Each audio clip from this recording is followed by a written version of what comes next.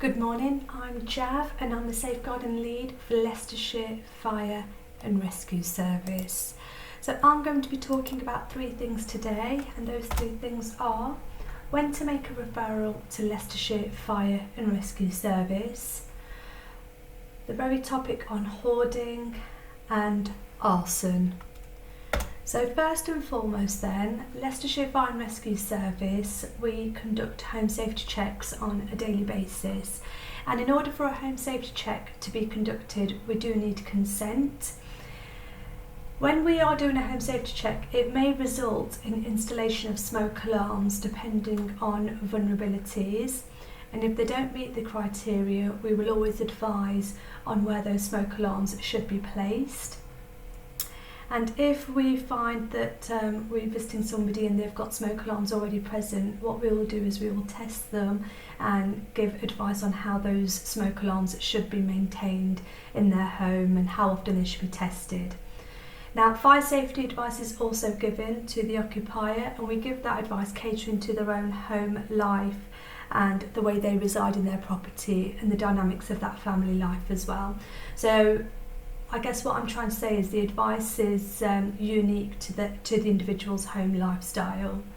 We also give advice on a fire evacuation plan for your home, and that's similar to if you think about when children are at school, they all know what to do if there was a fire at school. So it's equally important for everybody to know what to do if there was a fire in your home as well. We would also signpost to other agencies if further help and support is needed, and we also follow up on certain visits as well. Now, the follow-ups may be done face-to-face or over the phone, and that is done to measure and see if there's been a change and an improvement in the way that the individuals are residing in their home. It's also good practice for us as fire service to follow up to see if we've signposted to other agencies to see if those needs have also been met by the individual as well.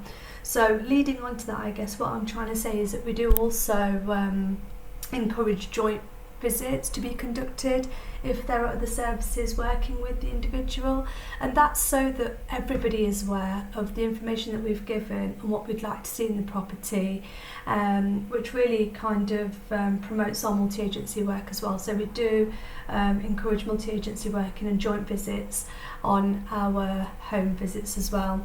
So if you do wish for a joint visit to be conducted, if you could please put your contact details, name, email address, so that a joint visit could be facilitated by the community educator when visiting the property. So when would you refer into the fire service then? And there are lots and lots of reasons, but I'm going to only touch upon some of the main reasons, and one of them being if there are smokers in the household and they are not practicing safe smoking.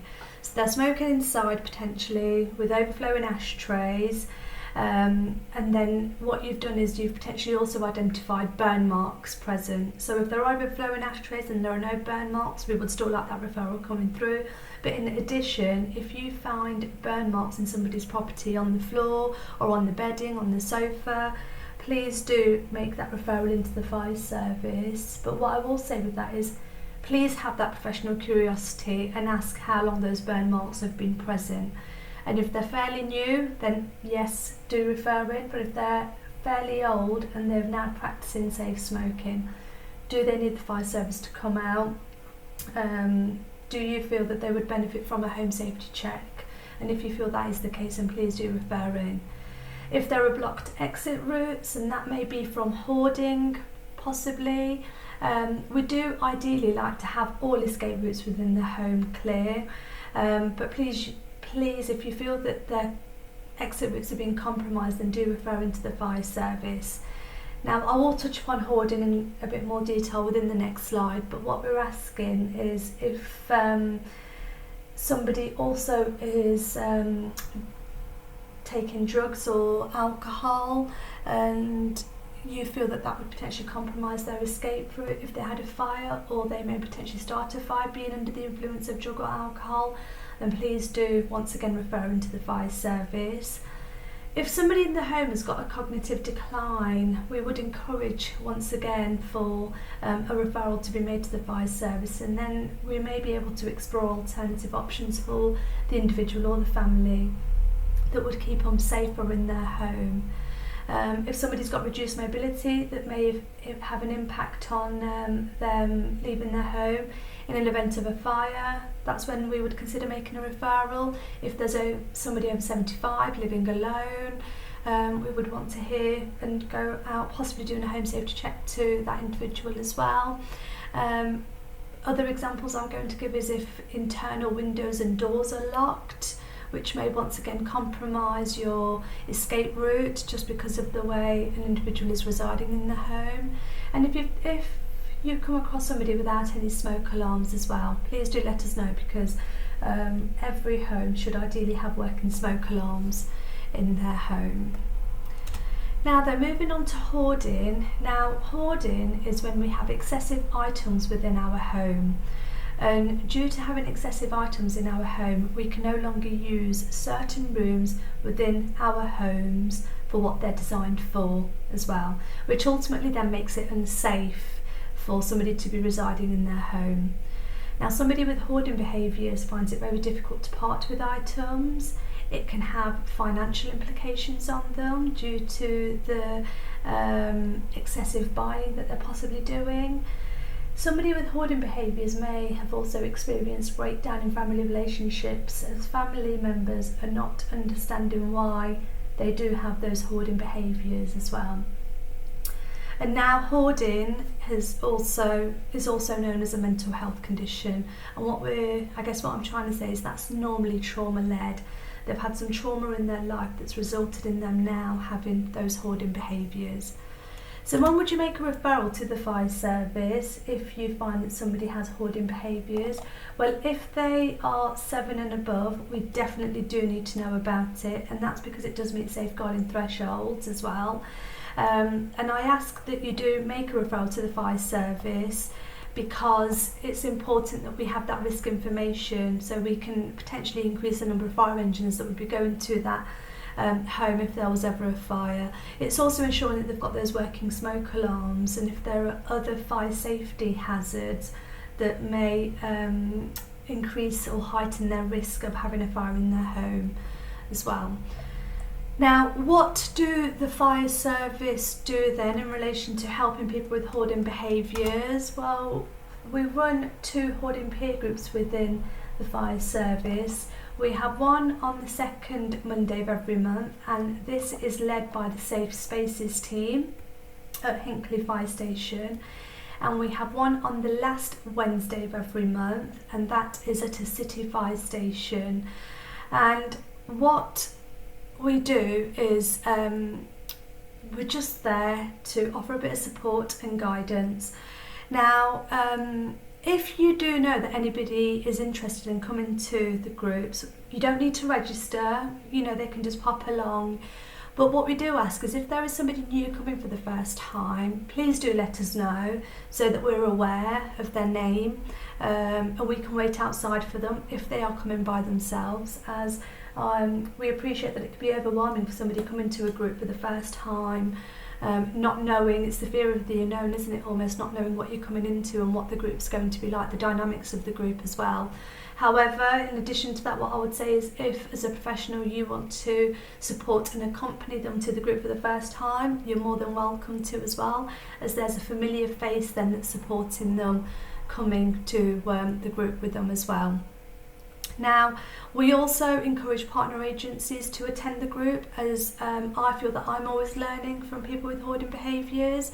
And in addition to that, what I'll also say is we love to have guest speakers come in as well. So if you feel that your service would benefit people with hoarding behaviours, do let us know, and we'd love to have you attending our hoarding peer groups. So what's the purpose of the group then? Well, the purpose of the group is, I've got to stress this, we are not there to fix anything. The purpose of the group is just to offer a bit of support, to combat loneliness, to empower them to almost talk about their challenges and the struggles that they face on a daily basis. and it's an opportunity for them to meet other people that live a similar lifestyle to them. As what I've identified by this group is that people with hoarding behaviours feel that they've almost lived this life by themselves and there's nobody living a lifestyle similar to theirs as well. So as mentioned, we have guest speakers coming to promote the services that they have or run that would benefit people with hoarding behaviours.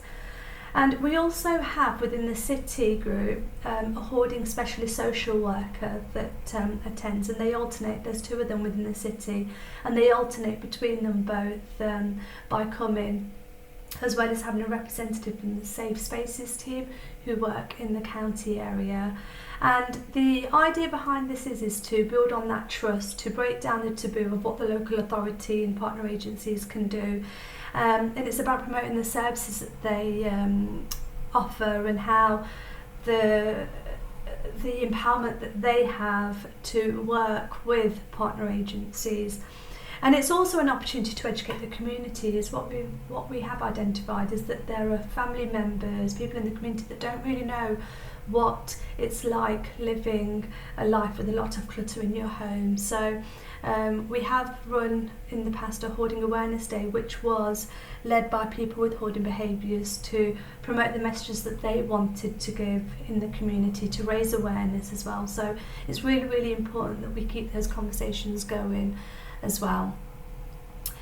Now, what we've got here is a clip, and this clip was designed in one of the hoarding peer groups, and it's about their voice and it's about their struggles. So it's really important to almost listen to their voice, because sometimes their voice is lost within the clutter of their home, and this is how they feel about the challenges that they have with their hoarding.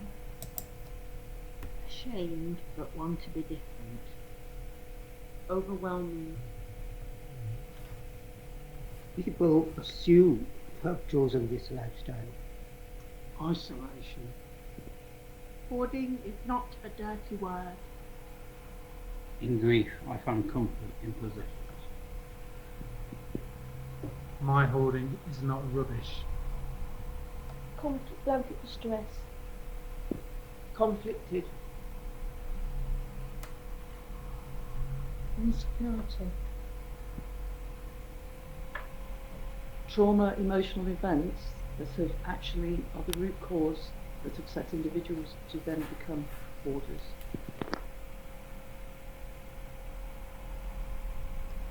So that's just giving you a bit of an insight into people with hoarding behaviours. So moving on then, around arson then. So if you come across somebody that has been threatened with arson, what I would say is please do let the fire service know, and with that the police should also be notified, as then they can do their investigations. But from keeping the victim safe, what we would do is we would make contact within 24 hours and try to also complete a home safety check within 24 hours. So the example I can give where a threat has potentially been made is a family member coming out of prison, and it may be that it's due to domestic abuse, or there's been a family dispute, and that's why the threat of arson has been made to a family member or a friend, which may need to, well, we just need to give some reassurance to the victim and ensure that they are safe as possible within their home. Now, it's really, really important that we are notified so that we can do an enhanced home safety check. And that may mean that we fit additional smoke alarms in the home, we put a letterbox lock on the internal side. It also means that we can also give some extra advice that we would not give in a standard home safety check. So example I'm going to give is just putting their bins out in the morning and not the night before, as that might be a way that a perpetrator may want to set their home on fire, for example. And we would also put that risk information on our internal register, so that if we did have an operational call out to the property, firefighters attending the incident would be considering that it is deliberate, what they're attending to, and ask for police attendance if needed as well. So that is the reasons why it's really, really important that we are notified as a fire service as well.